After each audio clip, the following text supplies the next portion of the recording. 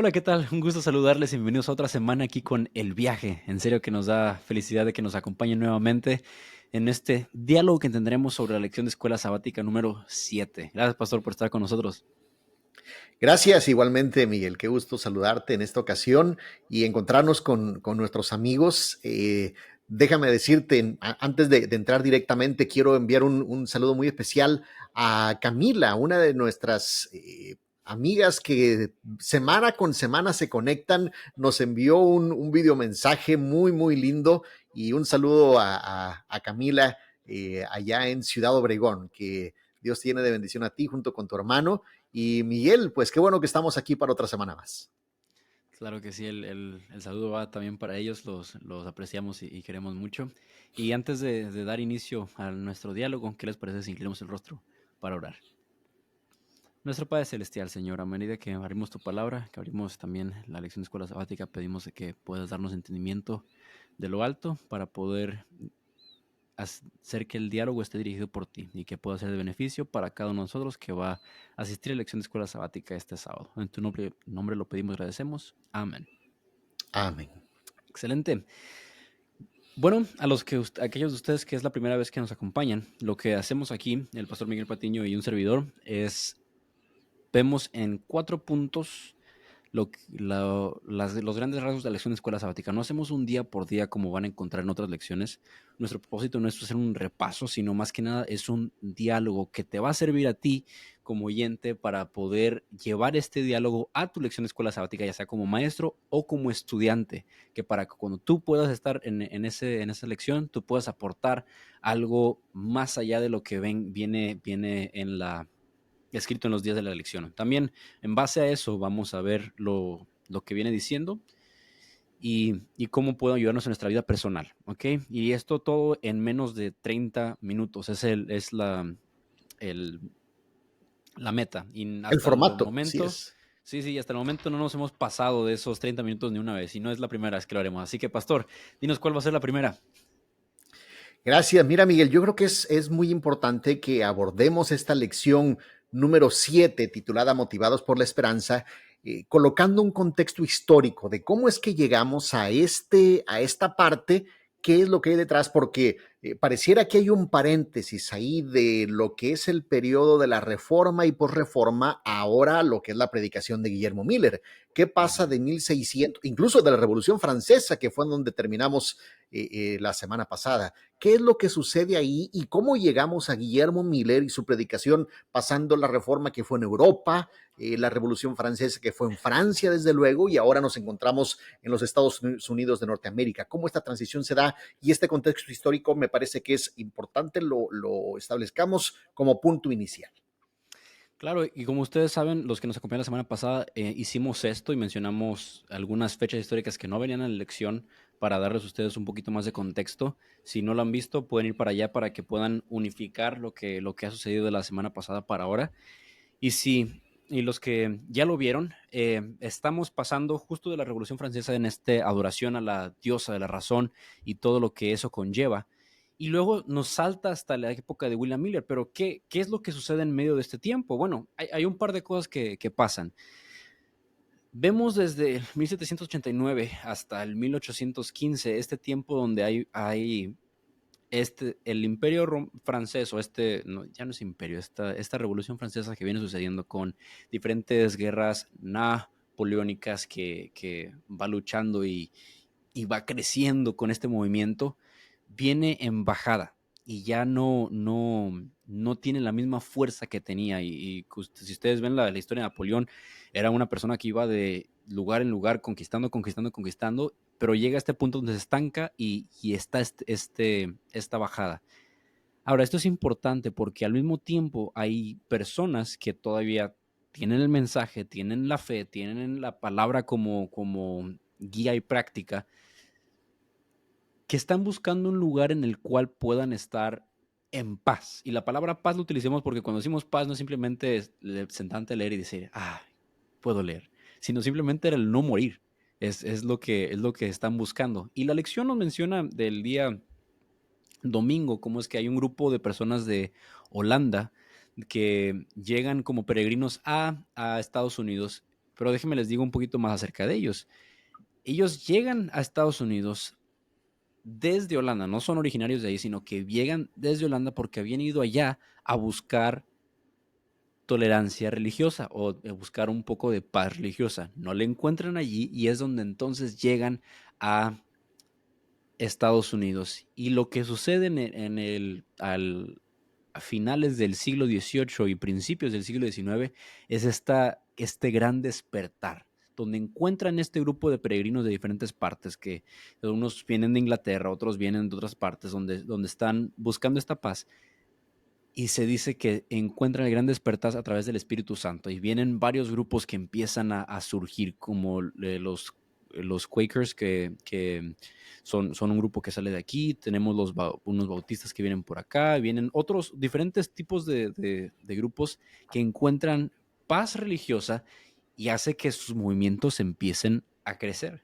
Y es aquí donde viene después en los 1830, cuando nuestro granjero empieza a estudiar la escritura y empieza a encontrar la profecía, como lo conocemos, William Miller. Entonces, esto es un contexto resumido. Si hay algo más que quieras agregar, por favor, más que bienvenido de hacerlo en esta parte. Claro, has hecho un excelente resumen, Miguel. Quizá complementarlo con ese aspecto. Así como sucede con Napoleón, y mencionaba la semana pasada el gran monolito europeo, que es como se encontraba todo previamente, ahora fracturado en naciones que ideología política era: esta es mi nación, esta es mi religión. Tú eras inglés, automáticamente ibas a ser anglicano. Tú eras alemán, entonces ibas a ser luterano. Y entonces, dependiendo del país o de la región o de la zona de donde estuvieses, en ocasiones ni siquiera lo sabías. Es decir, había gente que había nacido en Inglaterra y el miércoles era católico, pero el jueves el rey ahora declaró que ya no era católico y ahora automáticamente tu religión ya no era católica y ahora era anglicana. Y entonces había este cambio y la gente comenzó a ver: no, no, no, no podemos mezclar la religión con el Estado, y buscaron esta salida tratando de encontrar esa libertad. Eso marcado hacia los Estados Unidos, porque se da una transición de todo lo que ha sido los primeros 6 lecciones que hemos visto, primordialmente en Europa y en Asia. Ahora se da la transición hacia Norteamérica, que es en donde el liderazgo protestante religioso encuentra ese lugar en donde echa raíces. Y es allí, en ese contexto, donde justamente Guillermo Miller, estudiando su Biblia, dice: me doy cuenta que Cristo está próximo a venir. Esto es a lo que varios historiadores han llamado el segundo gran despertar. Y se le llama así a este segundo gran despertar, este periodo en donde Guillermo Miller se encuentra, porque es un periodo en donde no hay una denominación que tiene un mensaje, sino más bien que es un mensaje que está a lo largo de varias denominaciones. Tú vas a encontrar el mismo énfasis en la predicación de la segunda venida en grupos bautistas, metodistas, presbiterianos, anglicanos, todos aquellos que habían llegado a los Estados Unidos, pero también vas a encontrar esto en Sudamérica, vas a encontrar esto en algunas regiones de Europa, en donde también, de una forma muy interesante, Elena de White en El conflicto de los siglos habla de cómo la predicación de la segunda venida de Cristo empezó a tener un eco, diciendo: hacia 1840, principios o finales de esa década o mediados de esa década, algo grande va a suceder.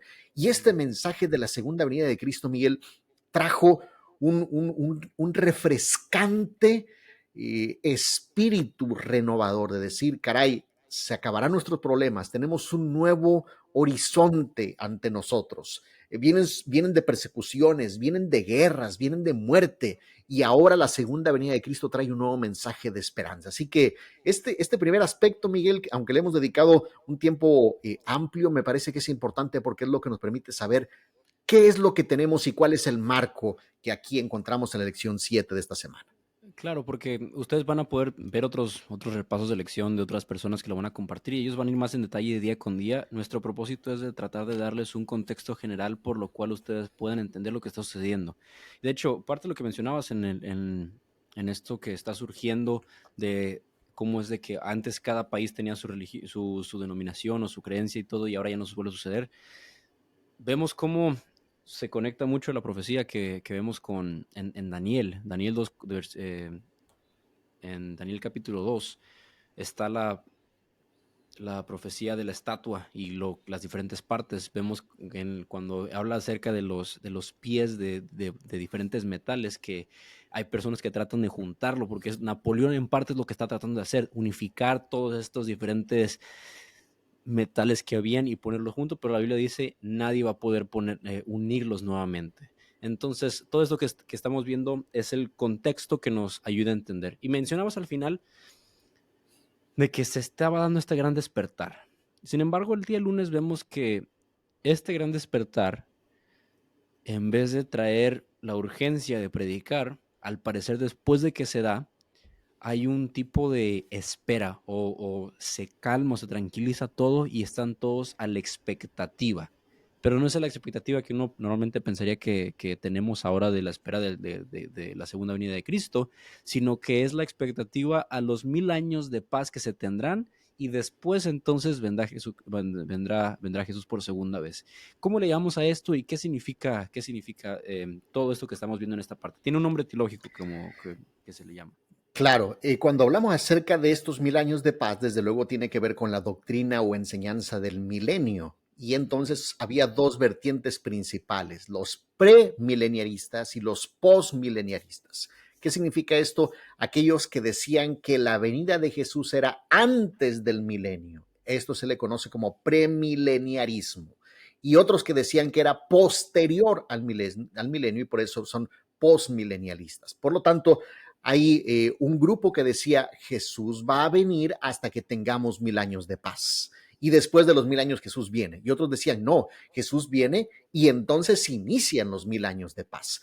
El premileniarismo, que es esta enseñanza de que Jesús viene y se inauguran los 1000 años de paz, es lo que Guillermo Miller presentaba. Y el premileniarismo venía a romper con una tradición que por muchos años el postmileniarismo había estado señalando, diciendo que estos 1000 años de paz representaban el reinado de la iglesia y la iglesia iba a tener 1000 años gobernando y entonces el fin vendría. Por lo tanto, estas dos vertientes se encuentran ahí y había una tensión, pero Guillermo Miller consideraba que hacia 1800, primero estableció 43, después concluyeron que era hacia 1844, Jesús vendría a establecer su reino aquí en la tierra para dar paso entonces a los 1000 años de paz. Y esta fue la enseñanza, Miguel, la enseñanza y la predicación de Guillermo Miller, como mencioné hace un momento,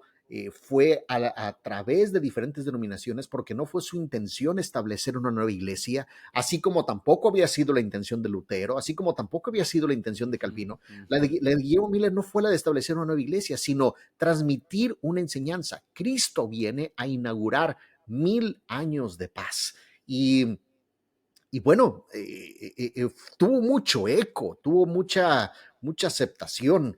Cuando miramos cómo esto fue aceptado en los Estados Unidos, estamos hablando de consideraciones importantes. Hay historiadores que señalan que 1 de cada 3 escuchó el anuncio de que Jesús venía en 1844 y 500,000 personas aceptaron la predicación de Guillermo Miller y llegaron a creer que Jesús venía para esa fecha. 500,000 personas no es un número pequeño considerando que había 12 millones de habitantes en la década de 1830 en los Estados Unidos. Estamos hablando de que una gran cantidad de personas abrazaron esta espera gloriosa de Cristo Jesús viniendo por segunda vez. Qué datos, ¿no? De los números de las personas que verdaderamente lo creyeron. Sin embargo, como dices, 1 de cada 3 lo escucharon de los 12 millones. Nada más medio millón de personas lo aceptó. Y lo que vienen mencionando aquí el día lunes me conecta a algo que sucedió esta semana. Un, Uno de los alumnos a los que le hemos estado dando estudios bíblicos aquí en casa, después de la escuela, me hizo la pregunta de que, mira, pastor, estoy pronto a bautizarme, ya terminamos las lecciones. Tengo una duda en mi corazón y una lucha en el sentido de que, ¿será que me estoy bautizando? Yo sé que me estoy bautizando porque amo a Dios y que porque le he conocido a través de la palabra y todo, pero una parte de mí siente que, ¿será esto algo nada más transaccional? ¿Me estaré bautizando simplemente porque quiero ir al cielo? ¿O es esto algo normal de sentir? ¿Cambia más adelante y todo? Y me pareció interesante. Y le comenté lo siguiente, mira, le dije, es mi pensar que la mayoría de los seres humanos tenemos relaciones transaccionales los unos con los otros en las primeras etapas de nuestra vida.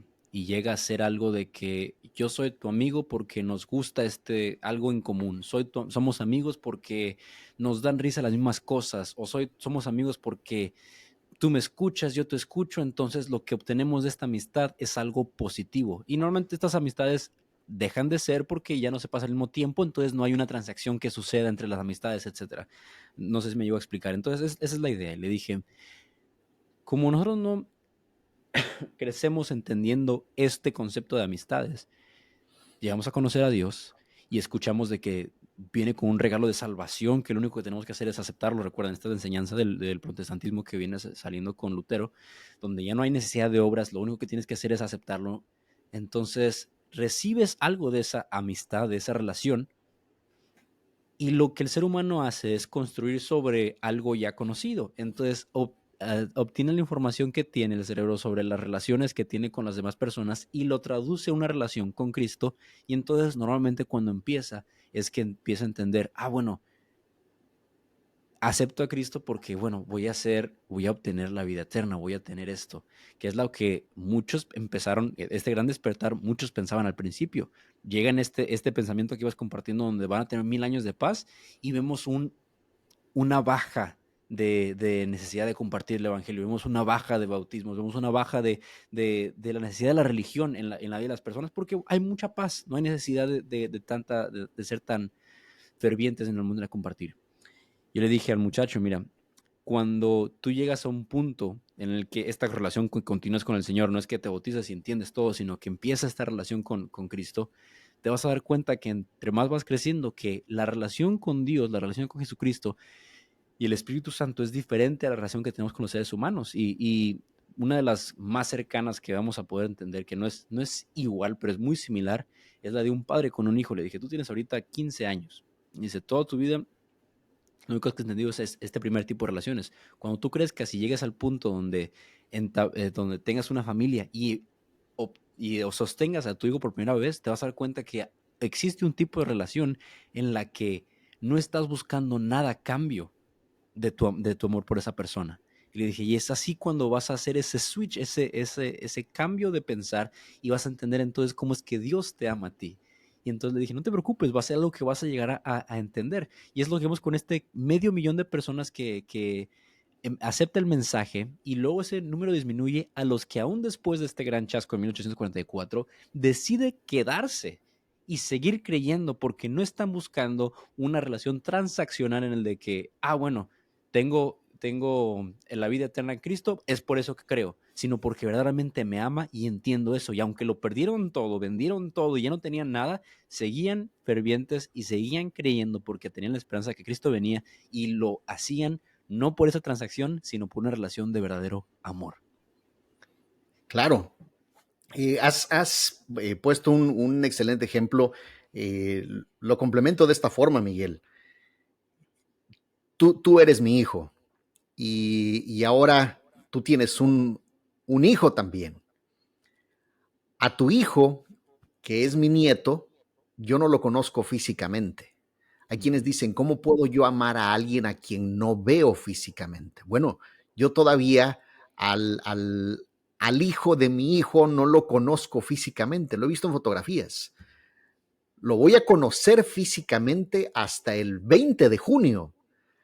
Ahora, yo cuento los días para ese momento. ¿Qué voy a recibir de tu hijo? Nada. Yo no voy a recibir un te quiero, no voy a recibir un abrazo, no voy a recibir un regalo, no. Vaya, él no tiene ni noción de mi existencia, pero tal el cariño y el amor que tengo yo ya por ese bebé que miro y cuento los días para ese encuentro. Ese tipo de relación que llega a existir entre dos personas no tiene una comparación, se queda como una mínima ejemplificación de algo mayúsculo cuando entramos en el terreno y en el marco espiritual y cuando entramos en el contexto de la vida eterna. Este tipo de cosas fueron las que Guillermo Miller comenzó a dimensionar, porque muchas veces vemos su peregrinaje como un peregrinaje intelectual. Fue intelectual, pero sobre todo fue un viaje espiritual. Y este viaje espiritual lo llegó a ir avanzando y a sentir por dentro, caray, mi Jesús viene. Y al Jesús venir se acaba la muerte, se acaba el llanto, se acaba el sufrimiento. Él vivió directamente la guerra, él estuvo en la guerra y fue en la guerra en donde se dio cuenta definitivamente Dios existe, porque su postura ideológica era deísta, aun cuando sabía que Dios existía, consideraba que Dios no se preocupaba ni se involucraba en las cosas de este mundo. Bueno, ahora se da cuenta de esto y dice, definitivamente Dios se interesa por mí, me ama y lo lleva a esto. Y Miguel, la parte del viernes incluso nos presenta un diagrama. ¿Cómo es que Guillermo Miller llega a esto?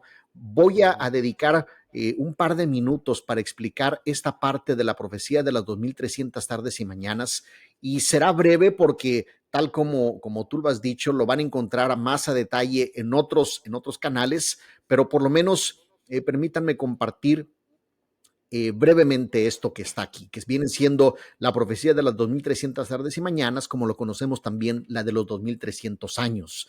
Esto inicia con la declaración que aparece en el libro de Daniel: 70 semanas están determinadas o cortadas, que es la palabra hatak en hebreo, sobre tu pueblo y tu santa ciudad. Y entonces tenemos el decreto en el año 457 antes de Cristo para restaurar Jerusalén. Hacia el 408, nosotros tenemos que fueron las primeras 7 semanas, nosotros tenemos la restauración de los muros de Jerusalén. De ahí entonces nos vamos hasta la semana 69, que es el año 27, que es el ungimiento del Mesías o el bautismo de Jesús. Posteriormente tenemos que a la mitad de la semana hará cesar el sacrificio y la ofrenda, año 31 después de Cristo, que es la muerte de Cristo en la cruz, y el apedreamiento de Esteban en el año 34, que completa las 70 semanas. De ahí, lógicamente, nos vamos hasta el complemento, que son 1810 años posteriores, con lo cual llegamos a 1844, en donde establece Daniel 8:14 que luego el santuario será purificado. Todo esto es lo que conocemos nosotros como la profecía de los 2300 tardes y mañanas, o de los 2300 años, que fue lo que a detalle Guillermo Miller estudió y dijo, aquí está, esto es, Cristo viene, porque interpretó la purificación del santuario como la segunda venida de Cristo. La próxima semana, en la lección número 8, entra el tema del santuario, entra el tema del juicio, así que lo dejamos hasta ahí porque retomaremos esta parte la próxima semana cuando la lección de esta semana aborde ello. Gracias por explicar este tercer punto con la profecía que William Miller explica y propone.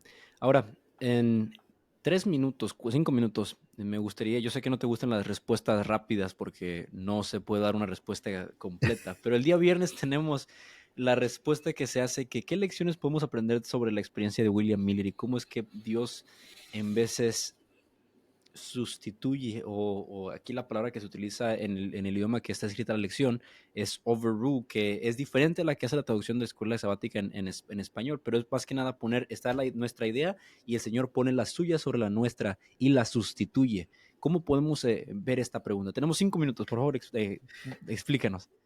Qué bueno que haces esa aclaración, Miguel, porque sí, en inglés la palabra que utiliza Mark Finley es overrule, que es sustituir en lugar de rechazar, que es como se traduce al español esa palabra. ¿Qué es lo que Dios hizo? Ahora nosotros mirando hacia atrás podemos verlo. El Señor utiliza toda esa interpretación de Guillermo Miller para producir un gran despertar y que la gente se dé cuenta, Cristo viene, y no es que diga, ay, pobrecitos, han malinterpretado, y entonces nos vea como niños que no logramos captar todo, porque Guillermo Miller en su entrega, en su fe, en su pasión, no dimensionó toda la ola que había generado y todo lo que esto produjo posteriormente. Hoy en día nosotros formamos parte de un movimiento no de 500,000 personas, ni siquiera de los 12 millones de habitantes que había en los Estados Unidos en ese tiempo. Existe un movimiento de más de 20 millones de personas que Amén. tiene este mismo mensaje y que sabe que el evento que sucedió no es únicamente para darle una reinterpretación y justificación, sino para ver lo que la Biblia nos enseña y cómo Cristo pasa a una nueva faceta en su ministerio al ingresar al lugar santísimo en el santuario celestial. Por tanto, ¿qué lecciones podemos aprender, Miguel? El estudio de la Biblia traerá grandes dividendos. El estudio de la Biblia traerá un crecimiento espiritual y generará en nosotros al interior un fuego que no puede ser apagado y un deseo de proclamar y compartir con otros la pronta venida de Cristo Jesús. Amén. Y muchas gracias por la respuesta. Si se han quedado hasta este momento con nosotros, se lo agradecemos mucho. Les invitamos a que se suscriban al canal y que lo compartan con alguien para que puedan ser parte de este diálogo. Yo sé que si ustedes utilizan este material para enseñar, no significa que no lo puedan compartir con otros, sino que al contrario, pueden darle más herramientas para que puedan tener un mejor diálogo en en su momento de estudio. Así que gracias por estar con nosotros. Sí, dime. Sí, Miguel, sabes, esta gráfica que acabamos de ver y esta pregunta que acabas de hacer es de gran relevancia. Hay ocasiones que damos por sentado que todos conocemos esta gráfica. Hay ocasiones que damos por sentado de que, ¿para qué hablar acerca de los 1300 tardes y mañanas? Eso fue allá en 1844, ya a mí no me perjudica ni me agrega. Ujú. Como profesor tanto de licenciatura como de posgrado, que recientemente he realizado esa actividad, Miguel, me he llevado sorpresas al pedirle a estudiantes que dibujen esta gráfica sin apuntes y muy pocos pueden hacerlo. A nivel de posgrado sucede lo mismo. Yo te invito a que tú hagas la prueba. Intenta hacer esta gráfica sin verlo. Ujú. Guillermo Miller las había dormido. Los primeros adventistas los habían dormidos.